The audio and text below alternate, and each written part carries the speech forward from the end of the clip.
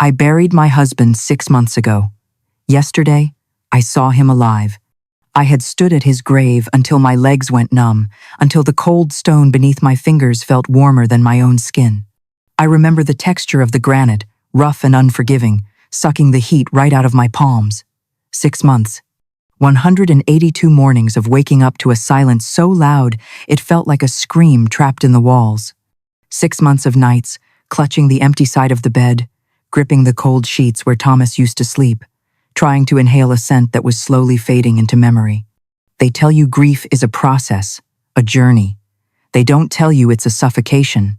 I was learning to breathe again, strictly out of biological necessity, not desire, or so I thought. That morning, I forced myself to go to the grocery store because grief does not excuse an empty refrigerator, and the body demands fuel even when the heart refuses it. The supermarket was offensively normal. Bright fluorescent lights, the cheerful beep of scanners, the mundane chatter of people complaining about the weather. I stood in the canned goods aisle, staring at rows of kidney beans and condensed soups, thinking how strange, how cruel it was that the world kept spinning. My universe had imploded, yet here were people debating between brand name and generic pasta sauce. I reached for a jar of tomato basil, my hand heavy and mechanical. And that was when I heard it. His voice. It wasn't loud. It wasn't calling my name. It was just a familiar sound carried by the habit of a lifetime. A soft, dry cough, followed by a muttered complaint about the price of olive oil. $3 more than last week, the voice grumbled. It was the exact same tone I had listened to for 41 years. The sound that used to drift from the kitchen on Sunday mornings while he read the paper. The sound I had sworn to the darkness I would never hear again. My hand froze in midair. The air in the aisle seemed to vanish. I stopped breathing. I turned slowly, my heart hammering against my ribs like a trapped bird, my body reacting to the truth before my mind could even process the impossibility of it. And there he was, standing 3 shelves down, holding a shopping basket, comparing labels with that slight squint he refused to get glasses for. Thomas. The same broad shoulders, now slightly hunched with the weight of age. The same silver hair that grew in a cowlick on the left side, refusing to lie flat no matter how much gel he used. The same faint, jagged scar above his right eyebrow from the ladder fall he had laughed about for years. It wasn't a ghost. It wasn't a hallucination born of sorrow. It was the man I buried. The man whose name was carved into marble 10 miles away. I dropped the jar. It hit the floor with a violence that shattered the store's hum. Glass exploded. Red sauce splattered across the pristine white tiles like a crime scene, like something alive bleeding out at my feet. People gasped. A woman in a blue coat jumped back. "Ma'am, are you okay?" someone asked. I didn't answer. I couldn't feel my feet, but they were already moving, crushing the glass shards as I stumbled forward. "Thomas!" I cried out. My voice broke apart as it left my throat, a ragged, desperate sound. "Thomas, it's me!" He turned. For one terrible, hopeful second, time suspended. I expected recognition. I expected the shock of a miracle. I expected his face to light up the way it always did when I walked into a room. That warm, crinkled-eye smile that made me feel safe. Instead, he looked confused. Genuinely, painfully confused. He looked at me not as his wife of 4 decades, but as a stranger causing a scene in a supermarket. "I'm sorry," he said slowly, his voice careful, as if speaking to someone unstable. "I think you have me mistaken for someone else." The words hit harder than the sight of him. Mistaken. As if 41 years could be a mistake. As if I hadn't memorized the map of his face in the dark. As if I didn't know the rhythm of his breathing better than my own. "No," I whispered, stepping closer, ignoring the sauce staining my shoes. "No, Thomas. It's me. Eleanor, your wife." He took a step back. That movement, that subtle retreat, hurt more than the funeral. Thomas never stepped away from me. Not once. Not even during our worst arguments. Not even when the world was against us. He was my anchor. Now, he was looking for an exit. "My name is Daniel," he said firmly.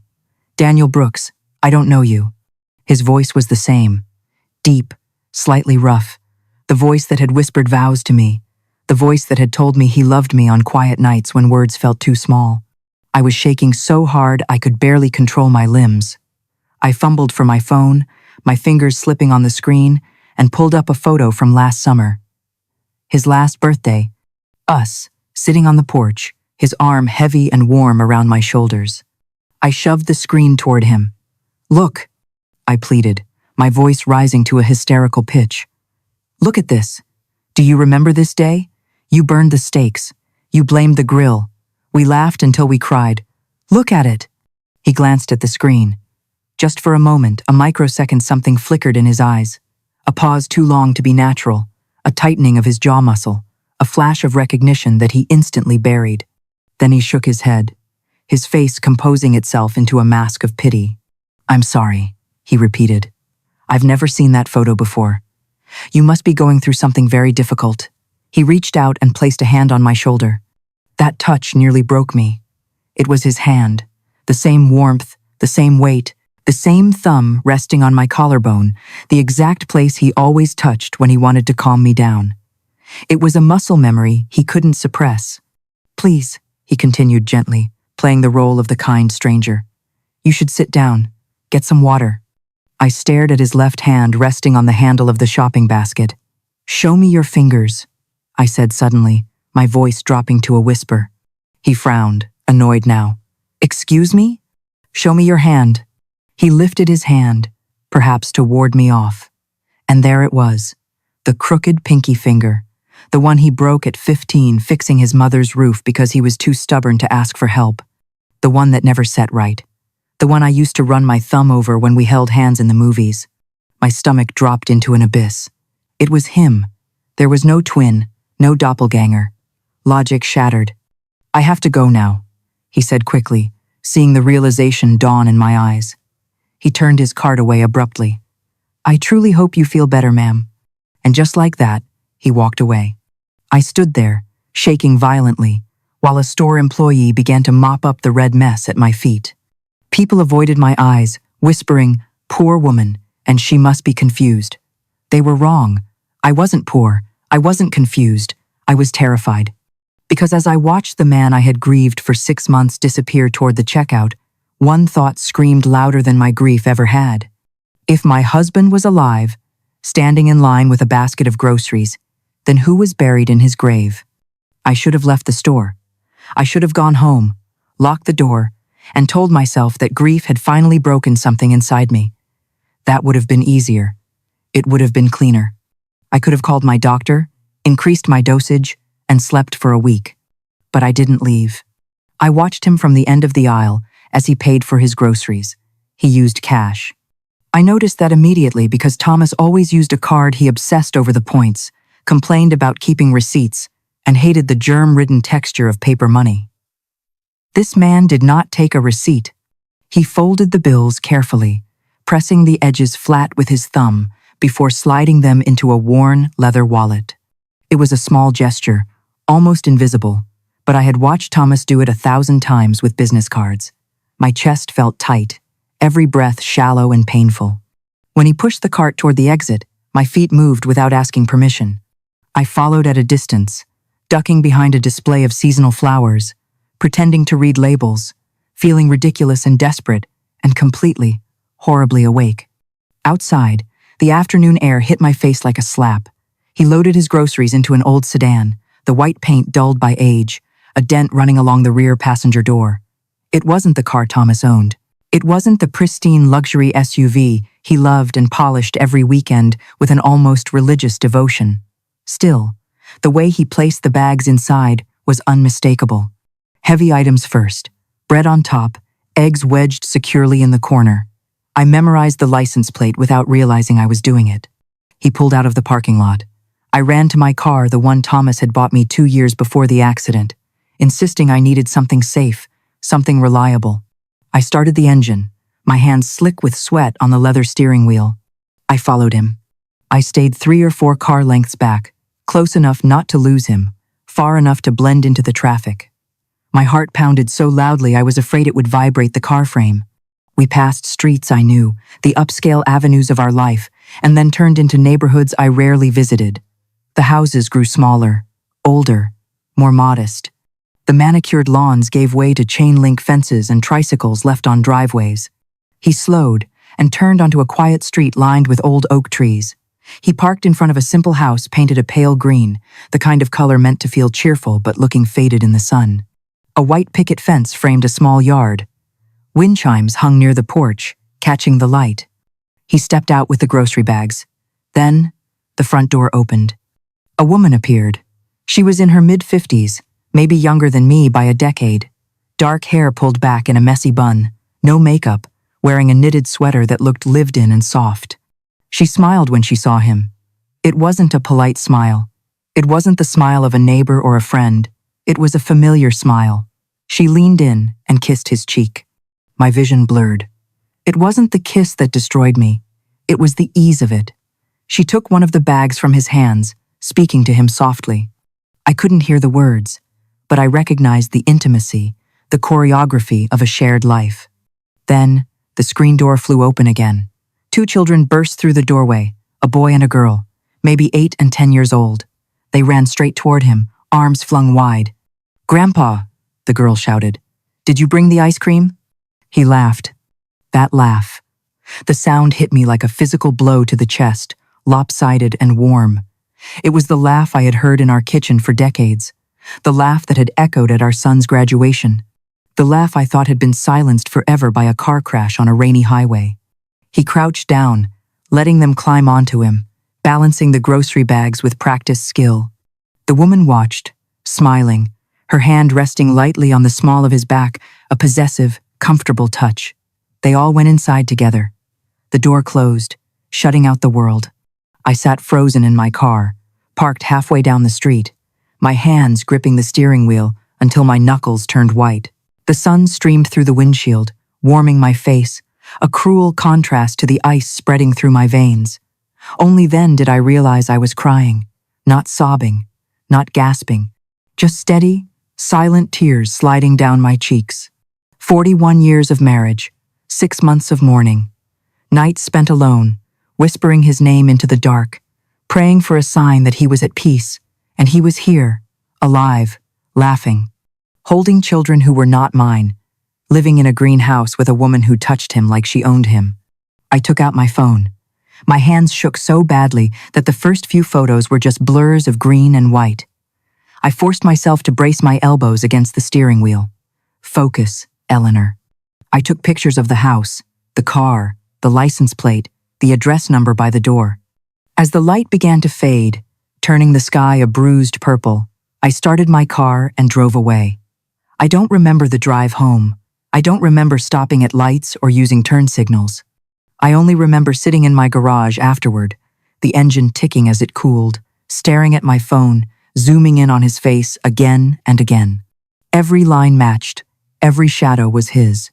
When I finally went inside my empty house, the house Thomas had left me, a single question echoed louder than anything else.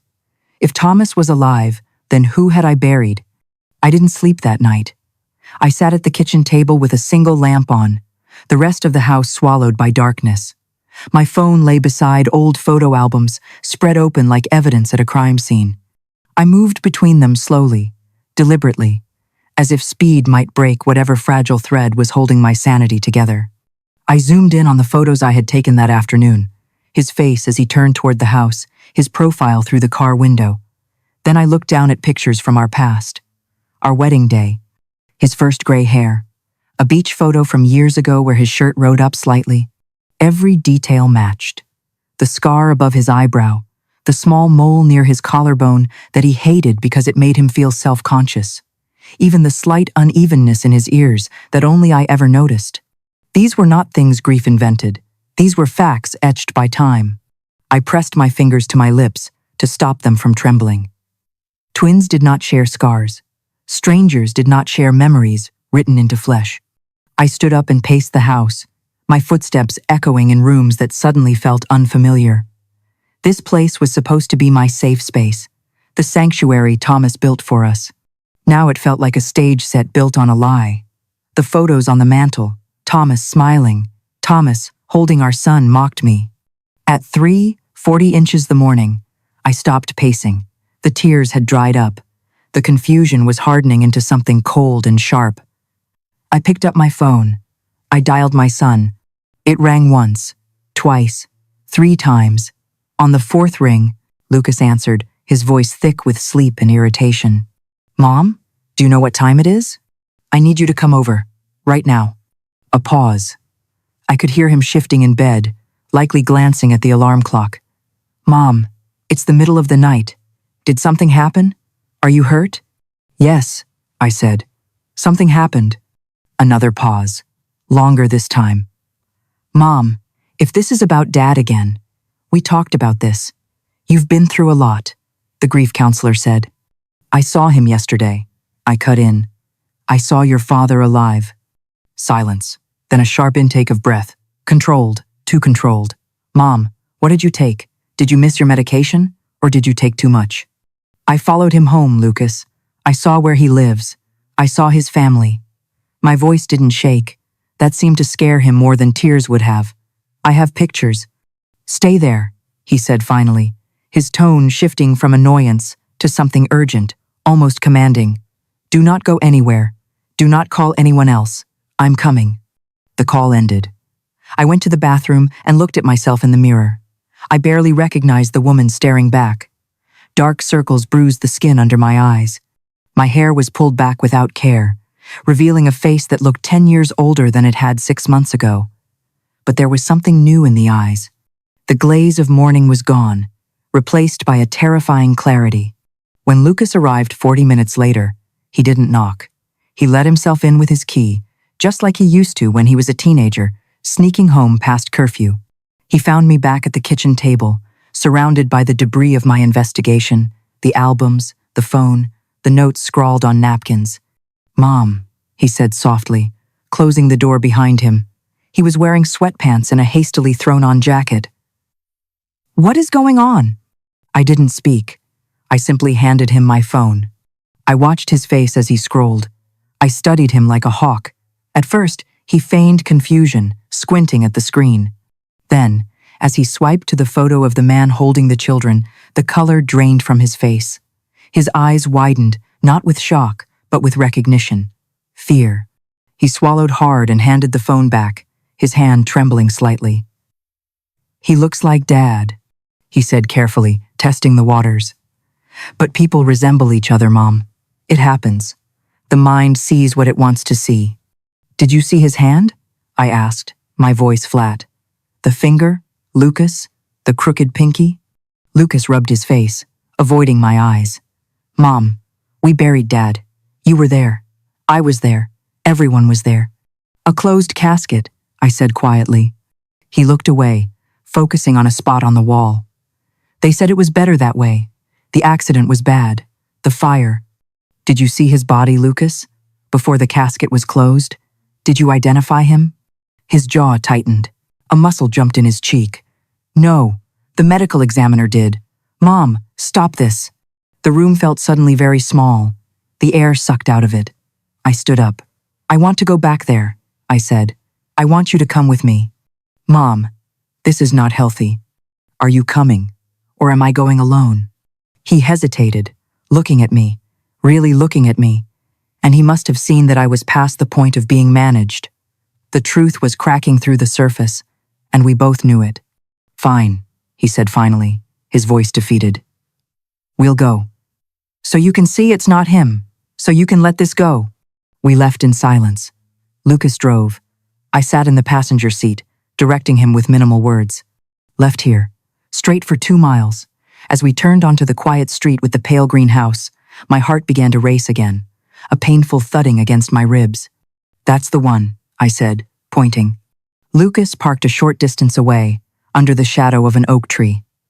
We sat there, watching. The street was quiet, the morning sun just beginning to burn off the dew. After 10 minutes, the front door opened. The man stepped out. He was wearing work clothes now, a blue flannel shirt and jeans. He carried a thermos. He looked content. Alive. Lucas leaned forward, gripping the steering wheel. The color vanished from his skin, leaving him gray and ashen. He stared, unmoving, as the man walked to the old white sedan, unlocked it, and drove past us. When I looked at my son, Tears were streaming down his cheeks. "Mom," he whispered. It was a broken sound. In that moment, before he said another word, I knew. The realization hit me with the force of a physical blow. Whatever truth he had been carrying, it was finally breaking him too. Lucas didn't start the car. He sat there, his forehead resting against the steering wheel, his shoulders shaking with silent sobs. I had seen my son cry before, when he scraped his knee as a boy, when his first marriage failed, when his dog died, but never like this. This wasn't grief. This was collapse. "Mom," he choked out finally. "I'm so sorry." Those words landed with terrifying clarity. Sorry. Sorry meant guilt. Sorry meant knowledge. Sorry meant this was never just in my head. "Tell me," I said. My voice sounded distant, as if coming from someone else. "Tell me right now." He lifted his head and looked at me. His eyes were red, raw, filled with something I had never seen in them before. Shame. "Dad didn't die in that accident." The words hung between us, heavy and final. I didn't scream. I didn't gasp. Some part of me had already crossed into a place where shock could no longer reach. I simply nodded once. "Go on." He took a deep breath, as if preparing to dive underwater. "He had another family, Mom, for a long time. Over 20 years. I felt the blood drain from my face, but I kept my spine straight. 20 years? That woman you saw, Claudia. He lived with her part of the time, when he was traveling for business. He said it started as a mistake, and then it just never ended." I stared straight ahead at the empty street, where my husband had just driven away. "How long did you know?" "About 3 years," Lucas admitted, his voice barely a whisper. "I found out by accident. I was helping him with paperwork from the marina supply business. I saw duplicate bills. Utilities, insurance, 2 households. The marina supply business, the job that kept him traveling constantly. The job I had defended to friends when they said he was gone too much. He's working for us, I had said. He's building our future. And you said nothing, I stated. He wiped his face with his sleeve, looking like a frightened child. He begged me not to tell you. He said it would destroy you. He said if you found out, you'd take half of everything. The business, the house, everything he built. Everything we built, I corrected, my voice sharp. Lucas nodded miserably. 6 months ago, he came to me with a plan. He said he wanted to end the double life. He wanted to be with her for good. But if he divorced you, he'd lose too much. So he decided it would be easier if you thought he was dead. My hands began to shake again, a violent tremor I couldn't hide. Easier for whom? For him, Lucas whispered. Then, seeing my expression, he added quickly, and for me to take care of you. If he died, everything passed to me automatically. The business assets, the accounts. He transferred most of the money to himself first, under a different name. The rest came to me. And I asked, my voice eerily calm. What was I left with? I thought I could take care of you, he pleaded.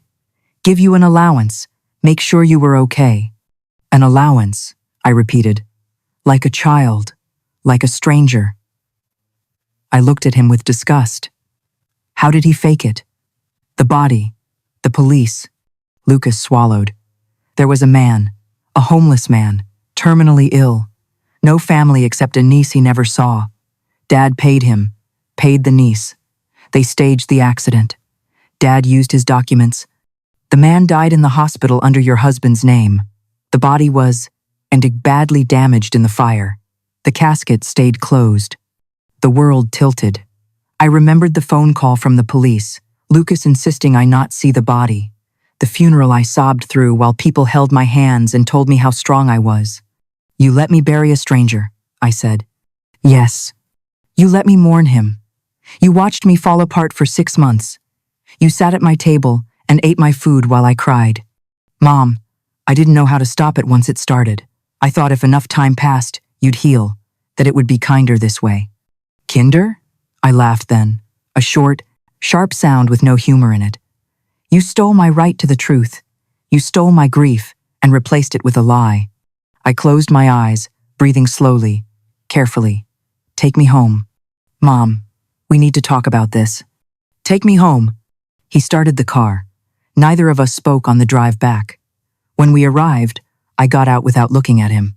"Mom, please," he called after me, desperate. I didn't answer. I walked into my house and locked the door. Inside my house, I sat on the edge of the bed and looked around at the life I thought I had lived. 41 years of loyalty, of compromise, of believing in the man beside me. It had all been a performance. The vacations, the anniversaries, the quiet moments of reassurance, all of it contaminated. And now that I knew the truth, one thing was clear. I was done being the woman who cried in silence. Whatever came next, it would not be forgiveness. It would be reckoning. For 3 days, I did nothing. I did not call Lucas back. I did not answer his frantic messages. I watched him pull into my driveway twice from the upstairs window, banging on the door, pleading, and finally leaving when I refused to open it. I let the phone ring until it stopped, then ring again. 41 years of being a good wife had trained me to always respond, to always fix things, to smooth over the cracks. This time, I chose silence. Not the silence of fear, but the silence of calculation. I slept little, but I was no longer pacing or crying. Something inside me had shifted. Grief, I realized, was a fire that burned you down. But betrayal? Betrayal was the cold wind that hardened the ash into stone. I replayed everything Lucas had told me, not as a wife or a mother, but as a witness. Fake death, stolen identity, hidden assets, forged signatures, a purchased body. This wasn't just heartbreak. This was a crime. On the 4th morning, I woke up before dawn and knew exactly what I was going to do. I took a long shower, letting the hot water scrub away the lethargy of the past few days. I dressed carefully, choosing clothes that made me feel like myself again. Crisp slacks, a tailored blouse, not the widow everyone pitied. When I looked in the mirror, I saw someone older, yes, but sharper, awake. I was done crying. Now I was thinking. I drove downtown to a building I had passed 100 times and never noticed. 3rd floor, frosted glass door, a simple sign with black letters, private investigations. The man behind the desk was in his 60s, thinning hair, sharp eyes that seemed to weigh everything they saw.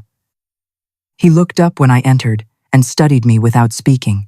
"I need to find someone," I said, sitting down without waiting to be invited. He leaned back, his chair creaking. "Is he missing or hiding?" "Hiding," I replied, "and legally dead." That got his attention. I told him everything. Not the emotions, not the years of marriage, but the facts.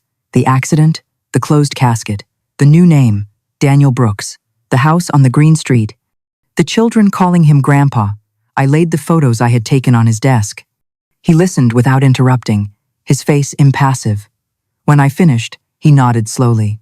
"If what you are saying is true, Mrs. Morrison, this goes beyond cheating. This is identity fraud. Insurance fraud, financial deception. It's a felony on multiple counts." "I know," I said. "It will take time. It will cost money." "I can pay," I said. "I want proof. Bank records, property records, fake documents, everything." He named a number. I didn't flinch. I wrote the check. "I want the truth documented," I said, handing it to him. "Not suspected, proven." He smiled faintly, a look of professional respect. "I can do that." Over the next week, I lived a double life of my own. To the world, I was still the grieving widow, staying inside, mourning. But in reality, I was watching from the edges. I returned to the street with the pale green house at different hours, wearing hats and large sunglasses, sitting in a rental car so Lucas wouldn't recognize me. I learned Daniel's schedule. He left every morning at 7:30 a.m. He returned at 5 p.m. Weekends were for the children, Sundays for church. A good man, the neighbors would have said. I learned the name he used for work, a small contracting business he had started. I watched the woman, Claudia, touch his arm the way I used to. I watched him smile with the ease of someone who believed his past was buried 6 feet under. It wasn't. The investigator called me 7 days later. "I have enough for a full report. You should come in." The folder he handed me was thick, heavy, real. It felt like a weapon in my hands. I opened it. A fake birth certificate for Daniel Brooks, issued years after my husband was supposedly born. Bank accounts opened under the false name with nearly $2 million transferred before the accident. Utility bills and tax records tying him to 2 households for over 20 years. And then the last page, phone records. Multiple calls, regular, long conversations between my husband and my son. Before the accident, after the funeral, during the months I sat alone in the dark, thinking I was abandoned. Lucas hadn't just known, he had stayed involved. He had been reporting on me. I closed the folder slowly. The room was silent. "Thank you," I said to the investigator. As I walked out of that office, stepping into the bright, harsh sunlight of the city, something settled inside me. The trembling was gone. The confusion was gone. This was no longer about rage or revenge. It was about dignity. It was about refusing to be erased. They thought I would mourn forever. They thought my silence meant weakness. They thought they had buried Eleanor Morrison along with the empty casket. They were wrong. The storm hadn't passed. It had only just begun. I did not confront Lucas right away. That was the hardest part. Every instinct in me screamed to throw the evidence on the table, to scream until my throat bled, to demand answers for the betrayal that cut deeper than any knife. But anger rushes, strategy waits, and for the first time in my life, I chose patience over emotion. I took the investigator's folder home and read every page slowly, sitting in the same chair where I used to knit while waiting for my husband to come home. Bank transfers, dates, amounts, accounts opened under a name that did not exist, documents signed while my husband was supposedly dead. Everything was neat, organized, planned. This had never been a panic decision. It had been calculated.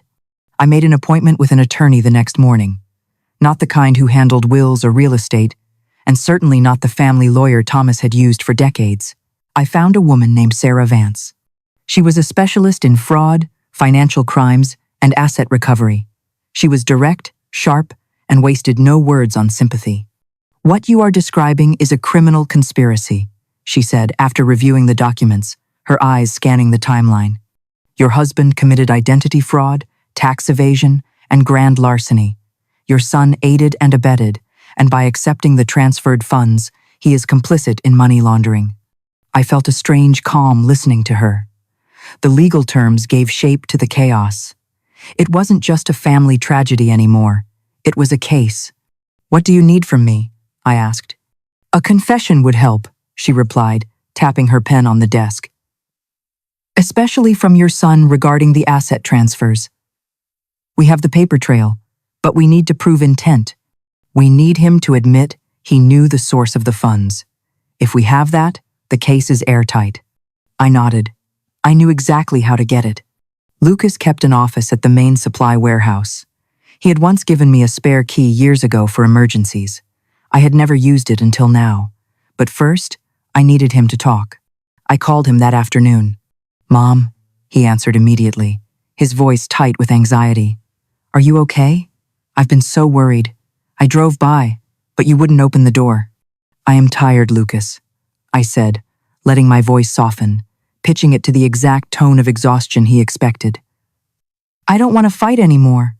I just need to understand everything so I can move forward. I can't live in this limbo."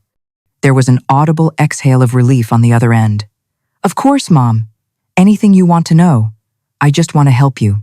Let us have lunch tomorrow," I said. "Somewhere quiet. Just the two of us." He agreed without hesitation. He thought the storm had passed. He thought I was folding, accepting the allowance and the lie because the truth was too hard to bear. He underestimated me. They both did. That night, I placed a small digital recorder in my purse. I tested it 3 times. I practiced keeping my hands still. I rehearsed my questions until they sounded like curiosity instead of accusation. At lunch, I chose a booth in the back corner of a bistro we used to visit for birthdays.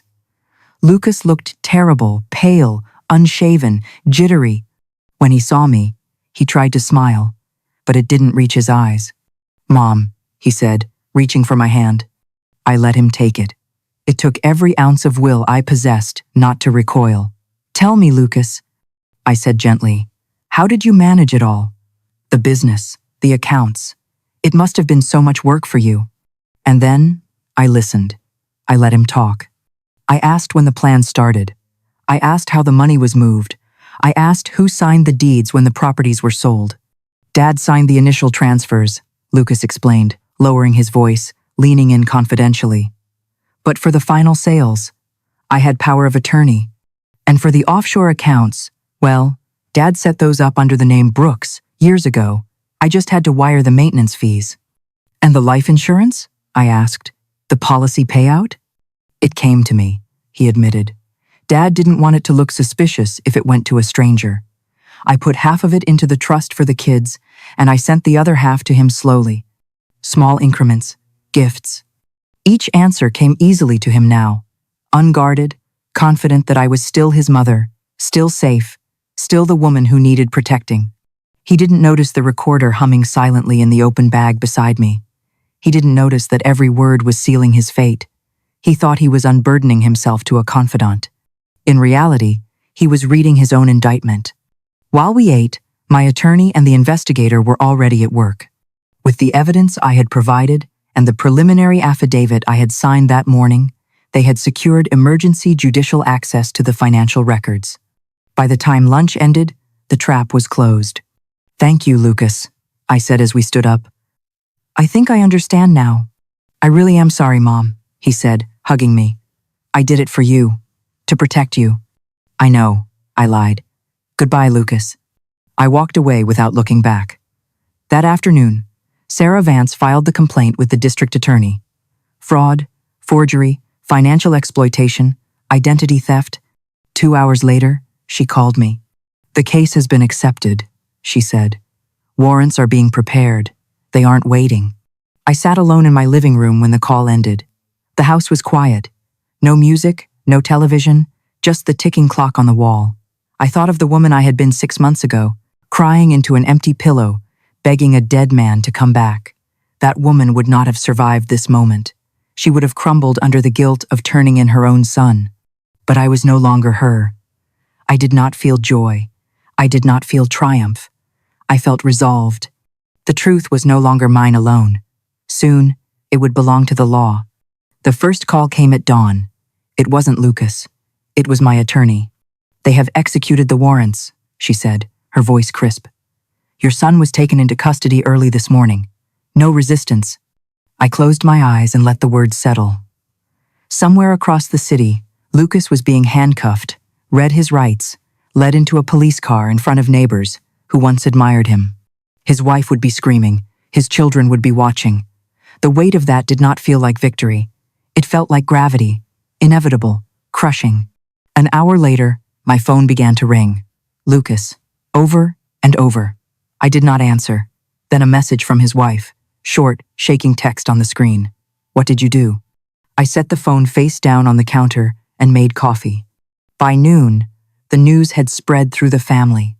Cousins, old friends, people who had stood beside me at the funeral, who had hugged me and said I was strong now, they were calling to ask questions they didn't really want answered. I ignored them all. At 2 p.m., my attorney called again. "There is something else," she said. "The identity he is using, Daniel Brooks. It is being formally invalidated. The accounts under that name have been frozen. The credit cards are dead. He has nowhere to hide." That was the moment I knew. The pieces were all on the board. Lucas was gone. The money was frozen. The lie was exposed. I needed to see him, not to argue, not to explain, but to end it. I grabbed my keys and drove back to the quiet street with the pale green house. This time, I didn't park in the shadows. I parked directly in front of the driveway. I didn't hide behind sunglasses. I walked up the path, the sound of my heels clicking on the pavement like a countdown. I rang the bell.